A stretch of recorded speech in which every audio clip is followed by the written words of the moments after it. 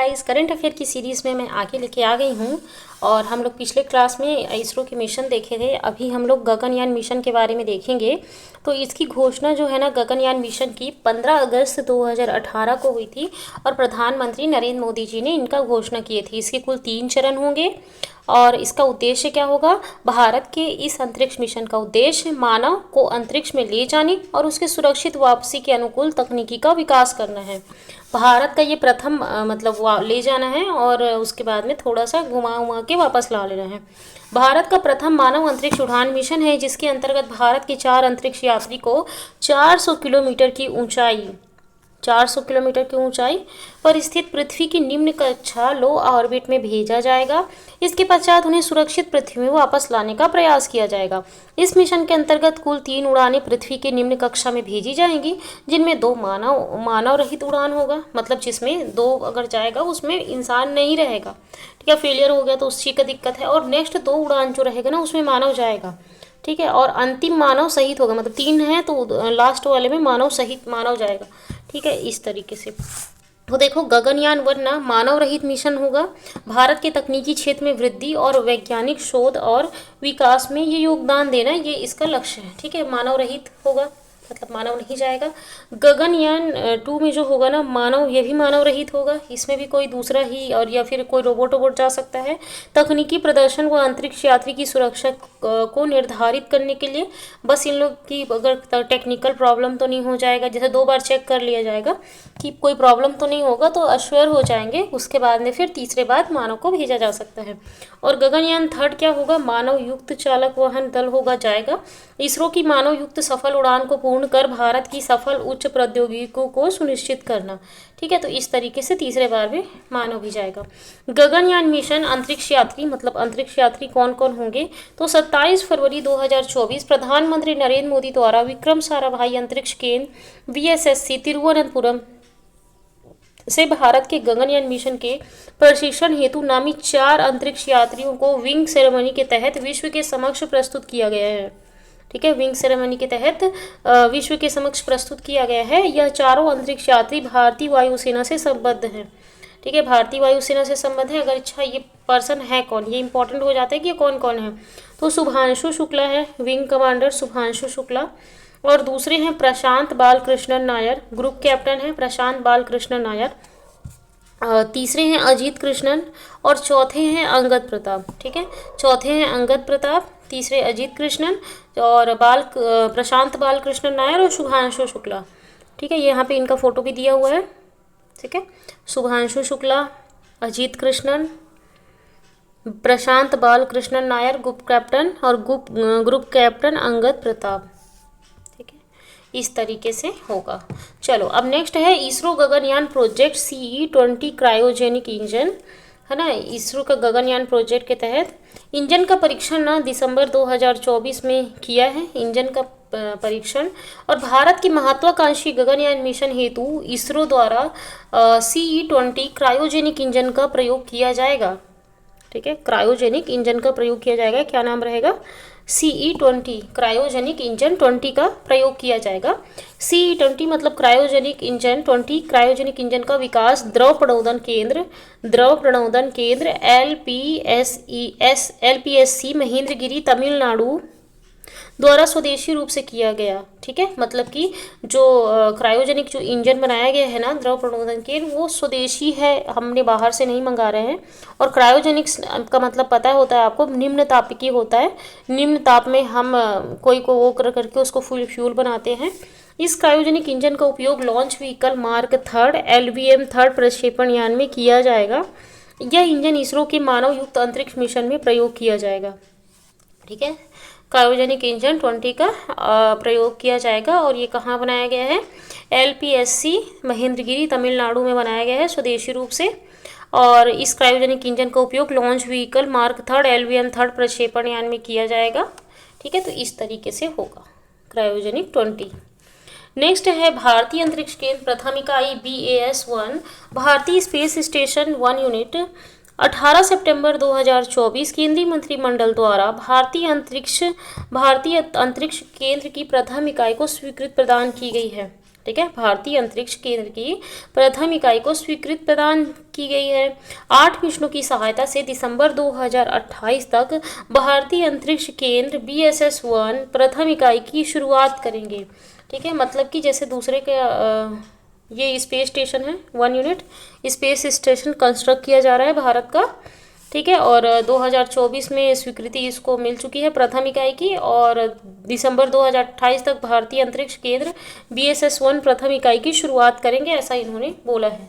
ठीक है, लक्ष्य क्या है? लंबी अवधि के मानव अंतरिक्ष अन्वेषण कार्यक्रम हेतु, जैसे कि कुछ लंबा हमको अन्वेषण करना है अंतरिक्ष का, तो औद्योगिकी की नींव रखना ये इसका लक्ष्य है। और वर्ष 2035 तक, देखो BSS-1 जो है 2028 तक बन जाएगा, लेकिन वर्ष 2035 तक ना इसरो द्वारा स्वदेशी अंतरिक्ष स्टेशन को पूर्ण परिचालन की स्थिति को प्राप्त करने हेतु अतिरिक्त मॉड्यूल बनाने की योजना बना रहे हैं। मतलब कि पूरी तरीके से कंस्ट्रक्ट हो जाएगा 2035 तक, ऐसा ये प्लान बना रहे हैं। तो सबका अपने स्पेस स्टेशन होता है, वैसे भारत का भी अपना स्पेस स्टेशन होगा। ठीक है, चलिए आगे बढ़ते हैं।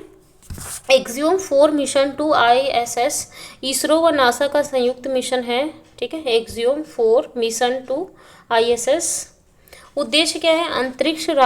अंतर्राष्ट्रीय अंतरिक्ष स्टेशन ISS में अंतरिक्ष यात्री को भेजना इसका लक्ष्य है। एक्सियोम 4 मिशन का ये इसरो नासा का है, और इसका लक्ष्य जो है ना वो अंतरिक्ष में यात्रियों को भेजना है।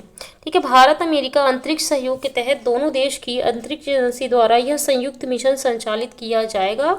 अमेरिकी अंतरिक्ष एजेंसी नासा आर्टेमिस समझौता के अनुरूप भारतीय अंतरिक्ष यात्रियों को अपने केंद्र में उन्नत प्रशिक्षण प्रदान करेगी। ठीक है, मतलब नासा जो है ना इसरो के जो लोग जो जाएंगे उनको ना प्रशिक्षण प्रदान करेगी। नासा इस अभियान में अमेरिका की निजी कंपनी एक्सियोम, जो नासा की जो प्राइवेट कंपनी है ना एक्सियोम स्पेस, इनकी सहायता से क्रियान्वित कर रही है।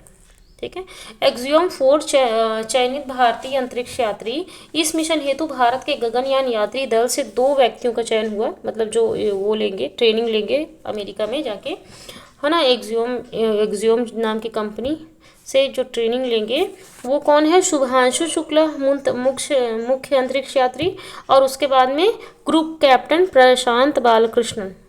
ठीक है, प्रशांत बालकृष्णन और शुभांशु शुक्ला ना यहाँ पे 2 व्यक्ति लोग क्या करेंगे? ट्रेनिंग लेंगे। ओके, ठीक है, आगे बढ़ते हैं। NGLV का फुल फॉर्म क्या है? नेक्स्ट जनरेशन लॉन्च व्हीकल नाम है NGLV का। यह इसरो द्वारा विकसित किया जाने वाला सबसे आधुनिक रॉकेट है। ठीक है, सबसे आधुनिक रॉकेट है। अभी PSLV था, है ना, और GSLV था, ये NSLV है। ठीक है, GSLV हमारा सबसे अभी लेटेस्ट में था, तो ये NGLV है, नेक्स्ट जनरेशन लॉन्च व्हीकल इसका फुल फॉर्म है, और सबसे आधुनिक रॉकेट है। पुनर्प्रयोग तकनीक, मतलब रीयूजेबल, जो NGLV का ना फिर से यूज़ किया जाएगा। यह रॉकेट प्रक्षेपण के बाद पुनः धरती में निर्धारित लैंडिंग अर्थात recovery mode, return to launch RTS, मतलब कि फिर से वापस भेज के वापस आ जाएगा, स्थान में लौट आएगा, जिससे दूसरे प्रक्षेपण में पुनः उपयोग हो सके। ठीक है, फिर से उपयोग किया जा सकता है दूसरे उसमें। केंद्रीय मंत्रिमंडल कैबिनेट द्वारा इसरो की इस योजना हेतु 8,240 करोड़ रुपए की सहायता राशि देने का निर्णय लिया गया है। तो मतलब NGLV बन रहा है नेक्स्ट जनरेशन लॉन्च व्हीकल, जो कि जाके वापस आ जाएगा। ठीक है, उसके बाद में नेक्स्ट है चंद्रयान 4 मिशन, है ना। चंद्रयान 3 तो हो चुका है, चंद्रयान 4 मिशन। कैबिनेट की स्वीकृति ना 18 सितंबर 2024 को दी गई। स्वीकृत राशि क्या है? 2104.6 करोड़, 2104.6 करोड़ रुपए। ठीक है, उद्देश्य क्या है? इसरो द्वारा चांद पर सफलतापूर्वक उतरने के बाद पृथ्वी पर पुनः वापसी में प्रयोग होने वाली प्रौद्योगिकी का सफल प्रयास करना। ठीक है, मतलब चांद पर अगर सफलतापूर्वक उतर गए, उसके बाद में पुनः वापसी में प्रयोग होने वाली प्रौद्योगिकी का सफल प्रयास करना, ये है। मतलब लोग जाएंगे और फिर वापस आएंगे। लक्ष्य क्या है? भारतीय अंतरिक्ष यात्रियों को वर्ष 2040 तक चंद्रमा की धरातल पर पहुंचाकर सुरक्षित पृथ्वी पर वापसी प्रौद्योगिकी विकसित करना, कि जिससे लोगों को ले जाके वापस लाया जा सके। तो ये चंद्रयान 4 मिशन का लक्ष्य है। ओके, 18 सितंबर 2024 को इसको कैबिनेट की स्वीकृति मिल गई है। Lunar sample return mission. चलिए अब आगे बढ़ते हैं।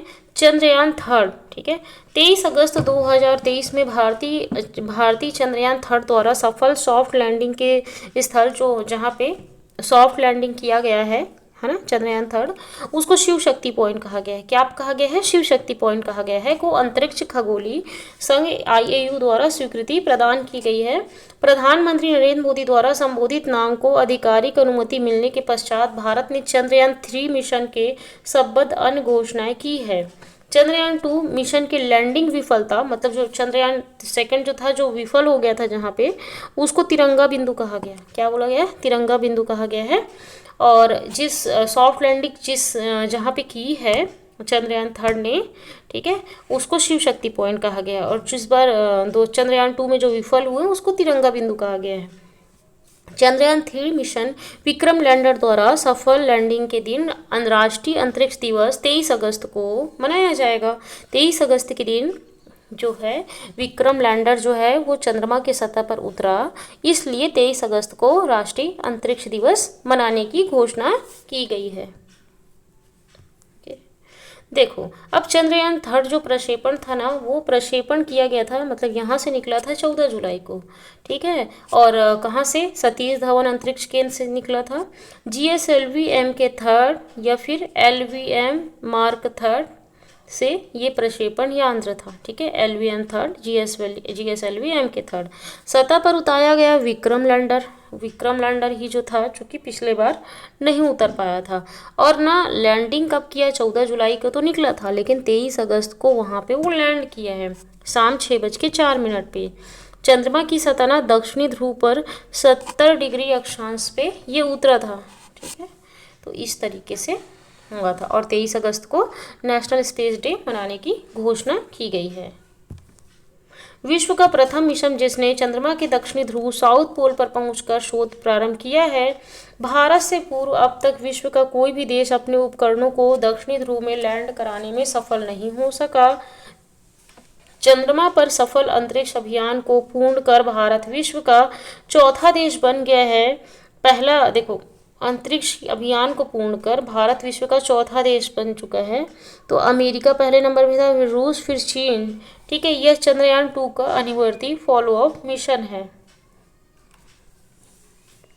ठीक है। आगे बढ़ते हैं। चंद्रयान थर्ड के उपकरण क्या था? प्रज्ञान रोवर था, ठीक है। प्रज्ञान रोवर जो है विक्रम लैंडर के अंदर रहता है ना। रोवर मतलब चलता फिरता है, तो सैंपल इकट्ठा करता है। तो ये मून वॉकर है, मतलब चलता है। चंद्रमा की सतह पर गतिशील उपकरण था जिसमें 2 पेलोड लगाए गए थे। और प्रज्ञान रोवर जो पेलोड था, लेजर इंड्यूस ब्रेकडाउन स्पेक्ट्रोस्कोप था, यहाँ इसमें अल्फा पार्टिकल एक्सरे स्पेक्ट्रोमीटर था कि वहाँ से उसके स्पेक्ट्रम वगैरह को नापने के लिए था रोवर में, ठीक है। और जो विक्रम लैंडर था ना, वो सॉफ्ट लैंडिंग करता था। पिछली बार यही वो हो गया था, खराब हो गया था, तो नहीं लैंड कर पाया था, तो रोवर भी उसके साथ खराब हो गया था। चंद्रमा में सॉफ्ट लैंडिंग के लिए एक प्रयुक्त ये उपकरण है। और लैंड पेलोड जो है ना, radio anatomy of moon bound Rambha, ठीक है। Chandra surface thermophysical experiment CHASTE instrument for lunar seismic activity, laser retro reflector array LRA, laser retro reflector array LRA, ठीक है।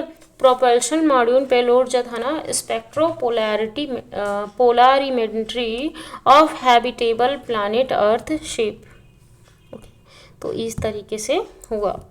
देखो स्लिम जो है ना, जापान का चंद्र मिशन है। कहाँ का है? जापान का चंद्र मिशन है, इसे याद रखना, वहाँ के लोग स्लिम रहते हैं। तो जापान का चंद्र मिशन स्लिम है। पूर्ण नाम क्या है? Smart lander for investigating moon mission, ठीक है। Smart lander for investigating moon mission. प्रक्षेपण कब हुआ? 6 सितंबर 2023 को हुआ, ठीक है, जापान का स्लिम मिशन का। और सॉफ्ट लैंडिंग इन्होंने जनवरी 2024 में की। भारत के चंद्रयान थर्ड के सफल लैंडिंग के पश्चात जापान के स्मार्ट लैंडर स्लिम ने सफलतापूर्वक चांद पर सॉफ्ट लैंडिंग की है। जापान अंतरिक्ष एजेंसी जाक्सा द्वारा स्लिम लैंडर को मून स्नाइपर H2A अंतरिक्ष यान की सहायता से चंद्रमा में भेजा गया है। इस उपलब्धि के पश्चात जापान चंद्रमा की सतह पर उतरने वाला 5वां देश बन गया है। ठीक है, चंद्रमा की सतह पर सफल परीक्षण मिशन के देश अमेरिका, भारत, चीन, रूस, पूर्व सोवियत संघ और जापान इस तरीके से बन गया है। तो जापान का स्लिम मिशन जो कि चंद्रमा से संबंधित है। उसके बाद में नेक्स्ट है PROBA third mission, PSLV C-59 से भेजा गया है। प्रोबा जो थर्ड मिशन है वो PSLV C-59 से भेजा गया है। प्रक्षेपण तिथि क्या था, 4 दिसंबर 2024 था और प्रक्षेपण यान ना PSLV C-59 था। ओके, प्रक्षेपण स्थल सतीश धवन अंतरिक्ष केंद्र श्रीहरिकोटा आंध्र प्रदेश से इसको भेजा गया प्रोबा थर्ड को। यह भारतीय अंतरिक्ष अनुसंधान केंद्र इसरो व यूरोपीय अंतरिक्ष अभिकरण ESA का संयुक्त मिशन है। भारतीय प्रक्षेपण यान PSLV C-59 की सहायता से यूरोप के प्रोबा थर्ड मिशन के अंतर्गत 2 उपग्रह कोरोनाग्राफ 310 किलोग्राम और ऑर्बिटर 240 किलोग्राम को अंतरिक्ष कक्षा में स्थापित किया गया है।